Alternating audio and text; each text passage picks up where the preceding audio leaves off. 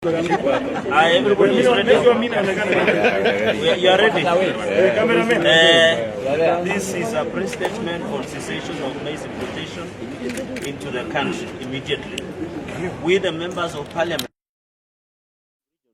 demand for an immediate cessation of importation of 10 million bags of duty-free maize into the country, given that there is no official gazette notice that has been formally and legally issued.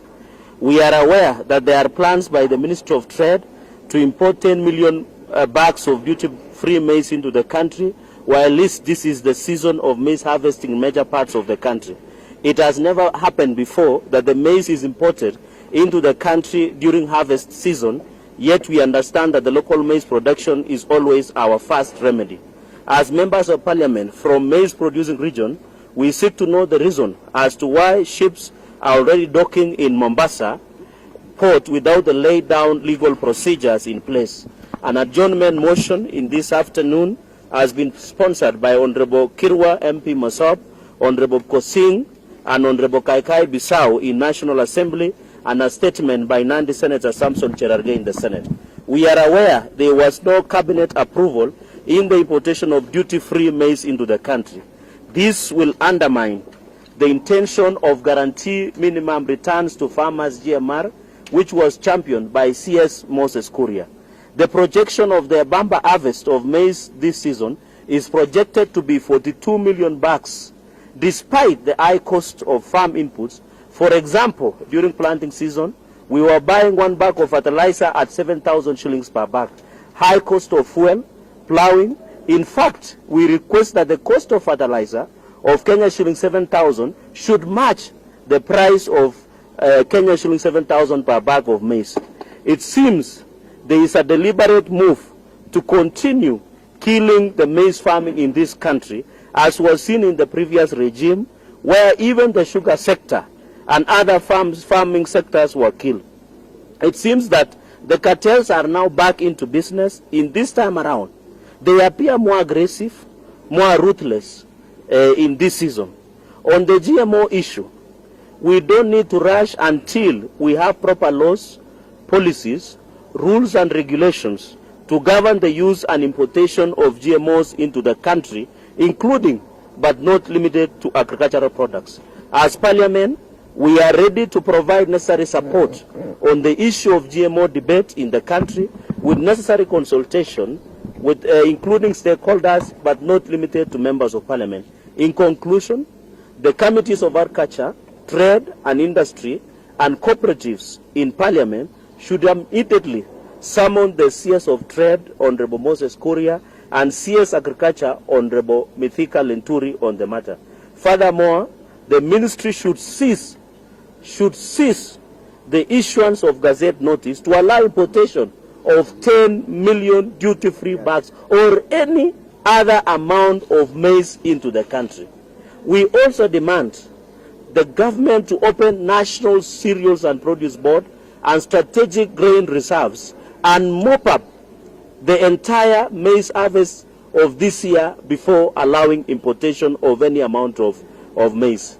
Finally, we call upon the government to freeze the importation of maize into the country until April 2023, when we have a clear deficit on how many bags to import into the country. So allow me to allow Didmas Barasa to say it in Kiswahili.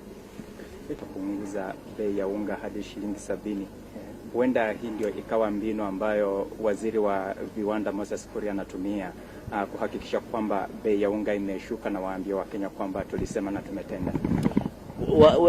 Hiyo haimaanisha kwamba bei ya unga haitashuka. Itashuka kwa sababu ndio tunavuna mahindi. Na mahindi tunatarajia kuvuna mahindi zaidi ya gunia milioni 42. Hiyo itatosheleza mahitaji ya wakaaji wa Kenya. Na kwa mwezi mmoja ujao, NCPB na Strategic Grain Reserve ikifunguliwa tuchukue mahindi, bei ya unga itashuka. Kwa sababu hata imeanza kushuka. Kwa sababu sasa kilo moja inaelekea 90.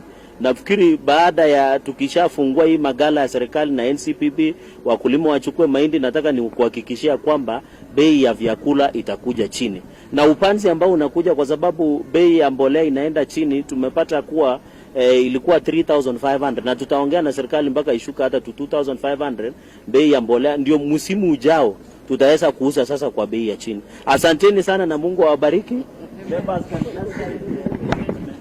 Sisi nachukua hii nafasi kuhakikishia wakulima wa mahindi kwamba tuko na akili ya kutosha ya kuhakikisha kwamba hakuna mahindi gushi ambayo yaliletwa katika nchi ya Kenya na serikali, na tuweze kumuuliza waziri wetu wa biashara Mheshimiwa Moses Kuria asikuwe na hasira sana na Wakenya. Tuna mahindi ya kutosha katika mashamba, katika store za wakulima wengi zaidi, na sheria inasema ya kwamba kwanza serikali ichukue yale mahindi yote, inunue yale mahindi yote, iweke katika strategic grain reserve, ndio kama haitoshi ndio watafute kununua mahindi nyingine. Na hiyo mahindi kama ni ya kununuliwa ili kuongezewa, lazima ikuwe mahindi ambayo ni mahindi ya sawasawa kutoka Uganda, kutoka Tanzania, si lazima ikuwe GMO. Jambo langu la mwisho ambalo ni la muhimu sana ni kwamba tulizunguka tukitafuta kura tukisema maneno ya guaranteed minimum returns, na vile kilimo ya miwa iliuawa kwa njia hii ya kuleta sukari ambayo ilikuwa gushi, ambayo ilikuwa na mercury. Na tumeona wale makateli pia wameanza kujipanga.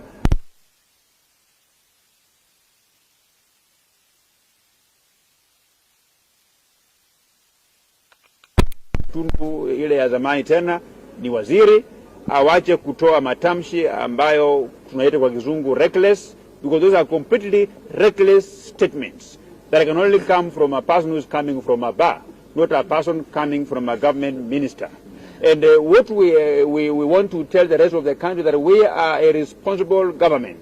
We are a government that will listen to the people, and the people of Kenya are saying no to importation of GMO, no to importation of maize, because we have enough maize in this country. And the millers should stop misadvising the Honorable Moses Kuria into believing that we don't have enough maize in this country. They are misadvising him because they want to lower the cost of a bag of maize for their profitability, because we know that the cost of maize production is very high, and that for a farmer to benefit, to break even, one bag should cost about 5,000 or 6,000 shillings. And what the millers are doing is to misadvise the minister that we have no maize in this country, so that they can bring in duty-free maize from countries that we are not sure whether it is good maize, whether it is GMO. We remember one day we had maize that had aflatoxin, that we are not sure whether those maize are the ones that caused the issues of cancer to escalate.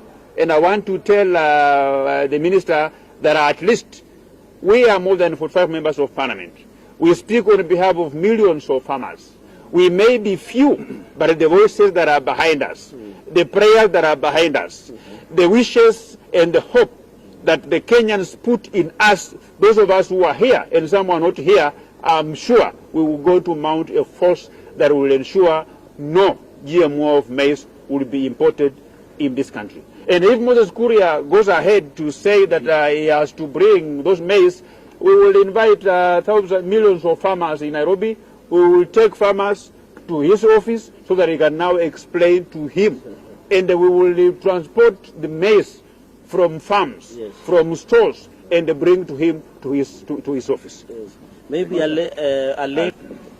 let me say this. You have heard from our chairman. And let me tell Honorable Kuria, he is not an MP for Gatun South or North or whatever. He is a minister of government. He needs to talk like a minister. He needs to talk knowing that he is responsible. Point number one. Number two, we members of parliament from Farmers Region, we want to tell any agency that Kuria wants to use to import, you will be on your own. Particularly this parastatal called Kenya National Trade Corporation. You will be on your own. There are no roadside declarations in this country. It must be public participation. There must be gazette notice, which will be tabled in Parliament. And if Parliament quashes the gazette notice, it is done. So we want to tell these parastatals, which most Korea want to rush using them. Even caps, they will be on their own if they do a mistake. And finally, I want to tell Honorable Moses Kuria, he will be the first cabinet minister to leave office. And he might leave office before the end of this month, or before Christmas. If he continues this, we will impeach him. We will collect signatures from tomorrow. If he doesn't change, he will be the first cabinet minister under this administration to go home. He is not above the law or above the people of Kenya. And he should listen to farmers. He was the one campaigning for guaranteed minimum returns. And he should talk like a minister, not like somebody from a bar or from doing certain things. He should also respect life. He should not play around with death and threatening us that it's normal to die. That is not a cabinet minister in this country. So we tell Korea, please step aside on those issues of yours. Leave Kenyans alone. Buy the maize from farmers. Kakai, then Kirwa, everybody will get a chance. Thank you again for this opportunity. I'm here to stand to support this statement from the Senator and the rest of the leaders from the Rift Valley maize growing areas. It is truly unfortunate situation to see the importation of maize when at this moment we are harvesting. There are millions and millions of maize which has already been harvested, which has actually been stored in farmers' homes, but there is nowhere to sell them. But to see the ship has docked today, before the cassette notice goes out, it bothers us as leaders, especially from the region, because we know our farmers are going to suffer. So this afternoon, I have an adjournment motion which has been approved by the Speaker. We will be discussing this motion and giving the opportunity to the rest of the members to also contribute on this issue, because it is a serious issue that needs to be addressed. It is a serious issue that the CS, Moses Kuria, needs to take very seriously. And I want also to request the committee members to call him and to summon him to come and answer these questions in the next few days. I know that he's not in the country, but he needs to cut his trip short and come back and address these issues, because farmers are requesting that we need answers to these questions. And the fact that the ship has already docked is even a very serious issue, because the gazette has not even gone out, which means this thing was planned way before they discussed and told us about this issue. So I am in support of the Rift Valley and the entire region that grows maize, that we stop the importation of maize and wait until all the maize has been mobbed and purchased, and then we can say, okay, let's go into the issue of importing. And the issue of the GMO, we have not even discussed, it has not been approved. This is something that has to be addressed on a serious note. But now they are already going to sell them to the market. The farmers will be, the consumers will be taking it. But do we really know the danger and the issues pertaining to GMO? That is something that has to be discussed at length. So for now, I support this motion, and I also support the members from the region that we stop the importation, we stop selling this maize until we discuss fully and also explore all options fully. Thank you. Timothy, then Marianne. All about this maize commodity, because every year at such a time the politics of maize arises. At this time we were very happy that the government was not in the mix of the market forces. We allowed the natural causes or the forces of market to determine the price that for up to now has favored Mukulima. But as we see right now, I don't know why the government is not comfortable when the farmer is happy. What is the reason? What is the heart of rushing in and interfering with the force of market? Because the moment we import duty-free maize to the country, already we are exerting a volatility in the price of maize. And the government has not provided a mechanism or a recourse as to how we are going to cushion the farmer. This government came into force by promising that we are going to subsidize inputs and not output. By virtue of allowing duty-free maize into the country is nothing else other than subsidy that is contrary to what the president declared. So I want to remind the minister, please, let's stick to the executive order that we are going to give an opportunity our farmer to dispose of the available production in the market so that we are able to save on this one. Lastly, I want also to ask the minister on the aspect of GMOs. We really need a serious report from the public health. Can they tell us exactly what are the challenges? We don't want to go the West way. Now they breed in children that are so obese, lazy in life. Are we going to take Kenya that way? We know Kenyans as runners, and we've been eating good maize. That's why we run. Are we going to lose our glory by eating GMO food, losing our focus, losing our body sizes? Thank you so much. Our assistant then, Joseph, you conclude.